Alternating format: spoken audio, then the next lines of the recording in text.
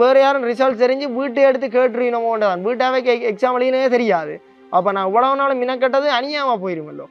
அப்போ எனக்கு அதுதான் பெரிய நெஞ்சடி. சரி எப்படியாவது வீட்டுக்காரருக்கு தெரியறதுக்கு முன்னே எனக்கு எப்படியாச்சும் எந்த வட்டாரத்தால் தெரிய வந்திருந்தானே என்ற ஒரு குருட்ட நம்பிக்கை தான்.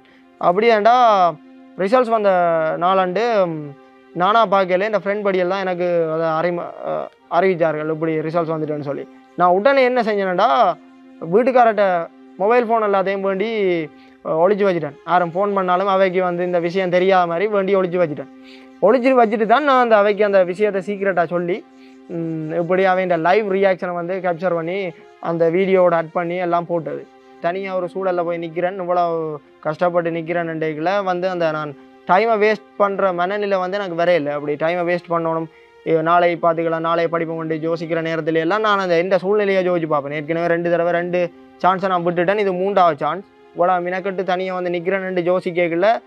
அது எனக்கான ஒரு பொறுப்பை எனக்கு கொடுத்தது. நான் இயன்றளவு எனக்கு கிடைக்கிற நேரத்தை இயன்றளவு பயன்படுத்தினேன்.